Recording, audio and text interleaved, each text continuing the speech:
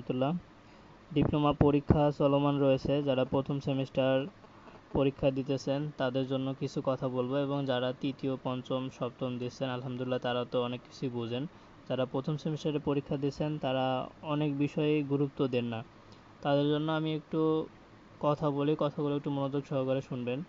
দেখেন, প্রথম সেমিস্টারে ভর্তি হয়েছেন, আপনাকে কি পরীক্ষা, দেখেন পরীক্ষা যেগুলো দিয়েছেন আপনি, কিছু পরীক্ষা যদি খারাপ হয় তাহলে আপনি এখনই সতর্ক হয়ে যান, পরীক্ষাগুলোতে আরও গুরুত্ব দেন।